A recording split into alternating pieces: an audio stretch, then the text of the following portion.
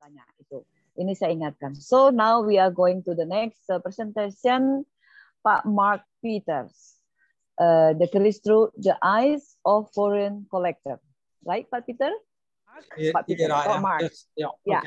Okay, Pak like Mark. Our time, please. Yeah, in order to follow a little bit easier, I want to share what I have done, in fact, to promote KRIS and to share KRIS to others. So if I can share, through the eyes of a foreigner. Yeah, but the foreign I already delete. By the end of my presentation, it should be clear. So how do I come to Indonesia, in fact, and how do I come to KRIS? I came in 1977 to Indonesia for 3 weeks to help solve a problem. And that was telecommunication. So we were operating and building a telephone exchange with, at that time, 120 operators, and we connected the Palapa system all over Indonesia. In my free time, I walk around, and then I was seeing where is KRIS? But there was only the handle that was for sale. Seldom I saw that the blade was for sale. So that was in 77 when I arrived, 77. And then I meet a gentleman, Hajar Sototo Kartosuro Solo, and he said, Mark, you have to take the KRIS. I was there, in fact, to buy some wood carvings from him. But he said, you have to take a KRIS. You have to take the KRIS. So I said, no, I don't want. Why should I take a KRIS? And then a few months later, we met again. And then he said again, take this KRIS. Nobody else. You can take this KRIS. So then I took this KRIS. It's this KRIS, what he called Pusur Bumi. So, and then I said, yeah, okay. And now I take it home to Jakarta, and then I have a KRIS. So I said, yes, now I have to find out. In fact, why he say always, you have to take this KRIS, this unique KRIS. This is very special made by an Empu in Madura. And then I went looking, finding somewhere a KRIS that looked similar like this palmer in the KRIS I first collected. So from that, I studied the KRIS, what is the blade, the palmer. I studied all the palmers, and then I found drawings, but I didn't find any good pictures. So I think how it's made, and then I thought maybe I have to collect again more information. So I went looking for books, because at that time Google was not existing in '85. So I had the KRIS of the Javaner. Then I wanted to find Jasper Impringadi. This is a book, a very unique book, because it's made from 2 books. One book is made from 2 books that were burnt or half eaten by termites. So this is a book found in Cirebon. Then the Javanese KRIS of Solomon, of course, and then Encyclopedia Budaya, where I also found an English translation, which is exactly a copy of the original Indonesian. You had just opened the book next to each other and you could follow all the explanations. So I collected a lot of information, but again, not only in Indonesia, but also in Holland. I went to find books because, again, it was the palmer. Why is the palmer there? How is the palmer? And then, of course, I started to collect palmer because there are so many. So I have a lot of different palmers in the collection to show, to understand, with the idea, in fact, to make a book. But I didn't come to a book because my friend Hajar, he said, Mark, I have a problem in 93. The Sultan, Pakubuwono the 12th, he will get something special, and gamelan, and I don't have enough funds, but I have to pay my people who make the gamelan, the palmer gamelan. So in the end, he made a twin. So it's the first time that I mentioned twin. Later in the presentation, I will mention another twin. So at my place, there is the twin of the gamelan for Pakubuwono the 12th, exactly the same, 2 identical made by Hajar. And then another friend, and he said, why you collect all these KRIS? To make a book, to share, to put representation of the palmers inside. So then he said, no, we do an exhibition in Erasmus House that was in 2005. So we made a representation of everything what is with the Christ. All the books I had, I took all the extracts that were here somewhere explaining the Christ, the palmer, why it was used, who used it, what is the difference. So this was in fact, it was made in the Dutch Erasmus House.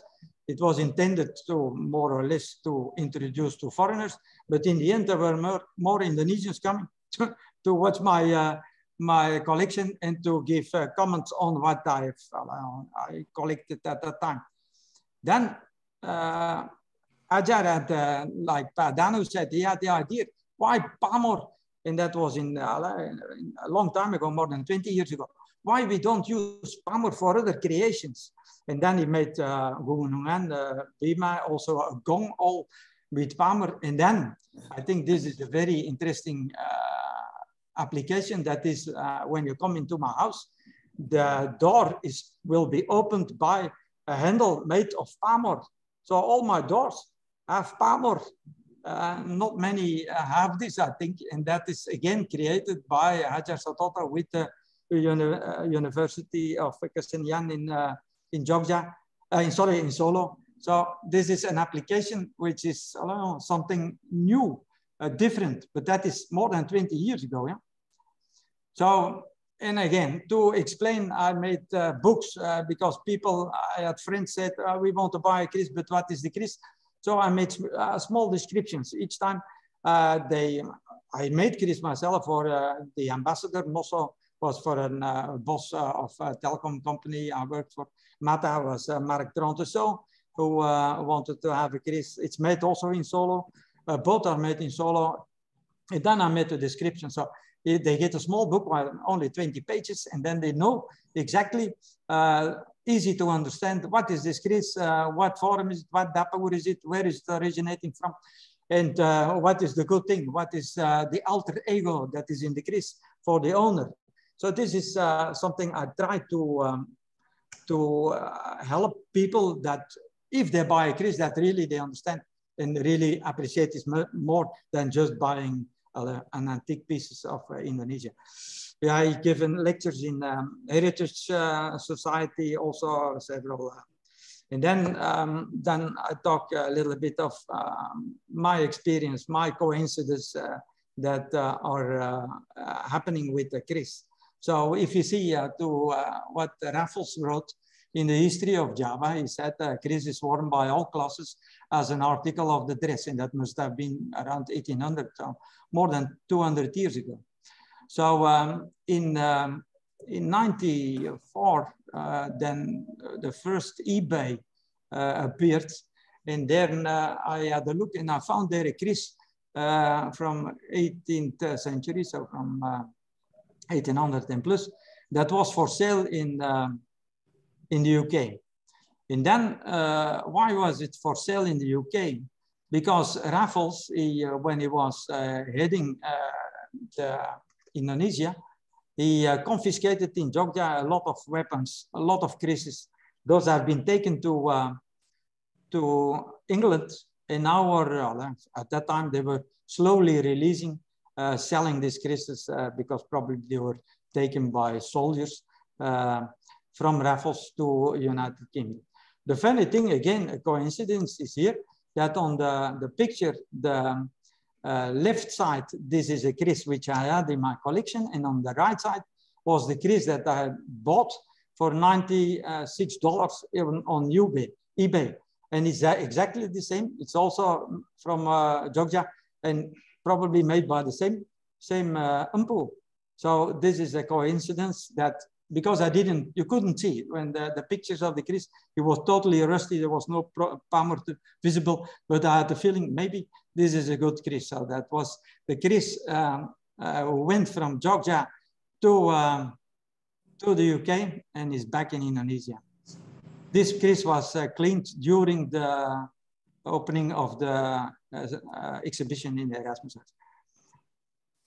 Yes, this is Haryono Haryoguritno, the man behind the Christ, the writer of the book of 500 pages thick. who is launched a book in the Mercantile Club. And then I had the honor to launch this book together with him in February 23, 2006, during the Mercantile Club, in the Mercantile Club. This was really an honor. I had good contact with Harry Ogoritno.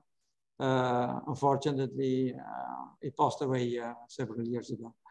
But he has contributed definitely a lot on writing up data about the CRIS. There's another man.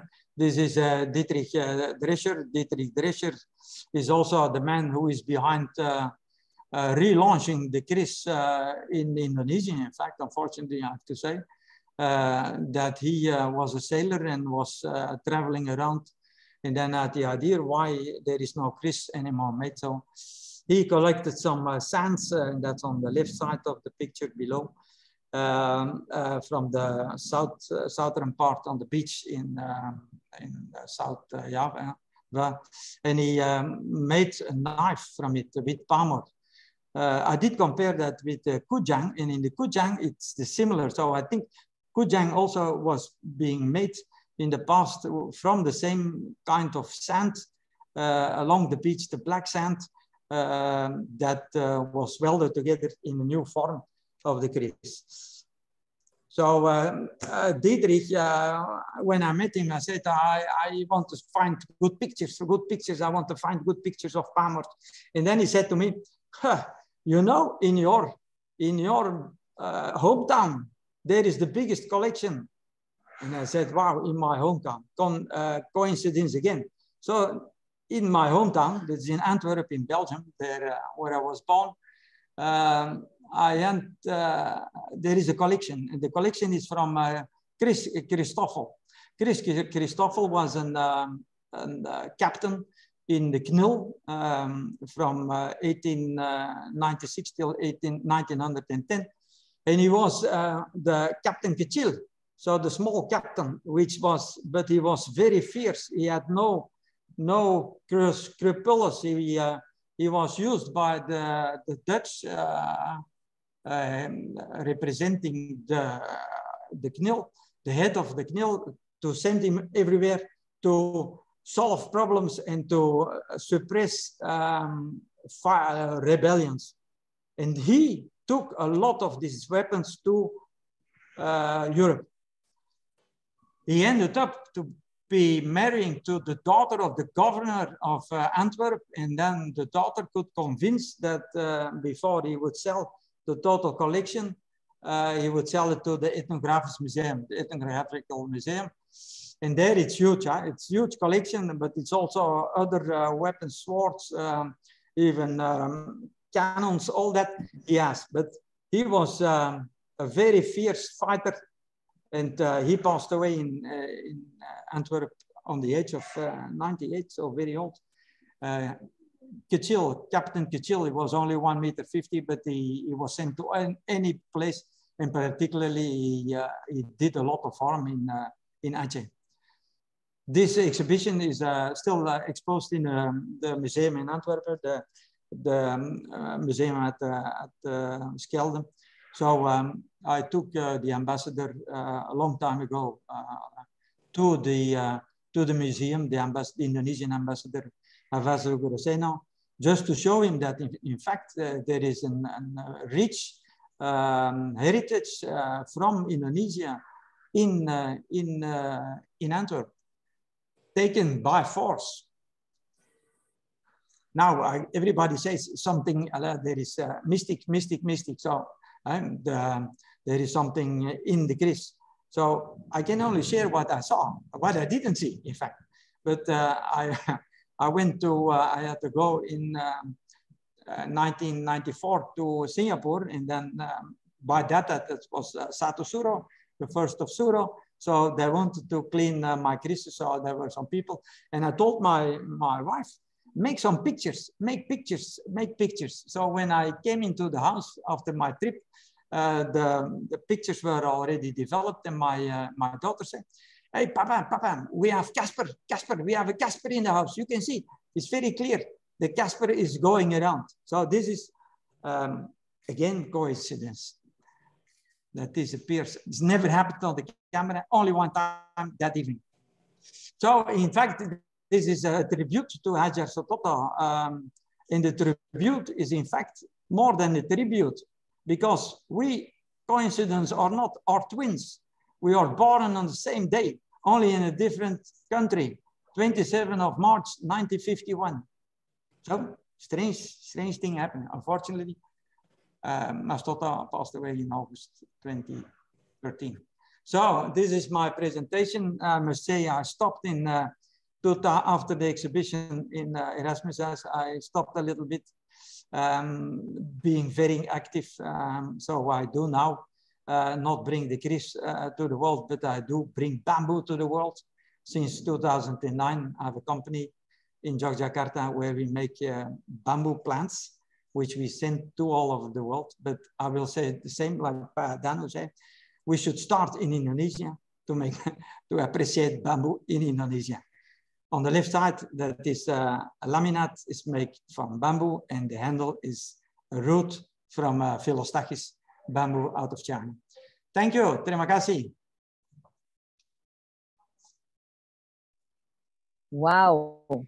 Thank you, Pak Mark. Terima kasih banyak, Pak Mark. Yes. For the wonderful presentation of the experience and journey of Kris while in Indonesia, ya. Luar biasa. Terima kasih banyak, Pak, untuk memberi sharing ke kita semua tentang pengenalan Kris selama di Indonesia. So, terima kasih banyak.